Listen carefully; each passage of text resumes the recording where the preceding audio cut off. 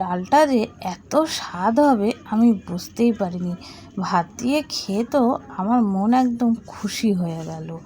এই হাতে মাখা মসুর ডালের রেসিপিটা এতটা দুর্দান্ত যে তোমরা না রান্না করে খেলে বুঝতেই পারবে না। নমস্কার বন্ধুরা, মিঠুর রান্নাঘরে তোমাদের সকলকে স্বাগত। আশা করি তোমরা ভালো আছো, সুস্থ আছো। বেশি না কথা বলে ঝটপট তোমরা রেসিপিটা দেখে নাও।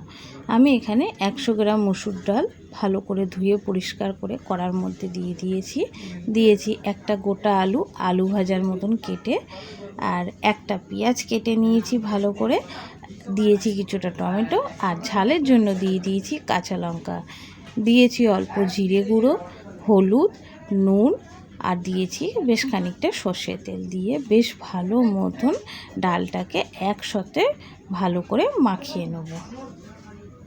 গরম গরম ভাতের সাথে যদি এই রকম ডাল, আলু ভাতে আর পাঁপড় ভাজা থাকে তাহলে দুপুরের খাওয়াটা কিন্তু একদম জমে যাবে।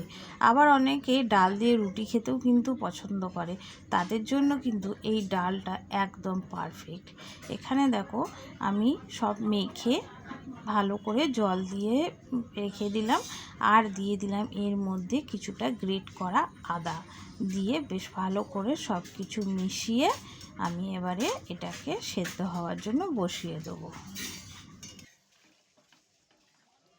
এখানে দেখো তোমাদের সাথে কথা বলতে বলতে ডালটা কিন্তু আমার খুব ভালো মতন সেদ্ধ হয়ে গেছে। একটা ডাল কাটার সাহায্যে ডালটাকে আমি একটু ভালো করে ঘেঁটে দেবো, তাহলে কিন্তু ডালটা একটু গাঢ় আর থকথকে হয়ে যাবে। এখানে আমি একটা কড়া বসিয়ে দিয়েছি অল্প একটু সাদা তেল, তোমরা চাইলে সর্ষের তেলও ফোড়ন দিতে পারো। ফোড়নে দিয়ে দিলাম 2টো শুকনো লঙ্কা, দেব অল্প একটু 5 ফোড়ন। ফোড়নটা এবার বেশ ভালো করে ভেজে নেব।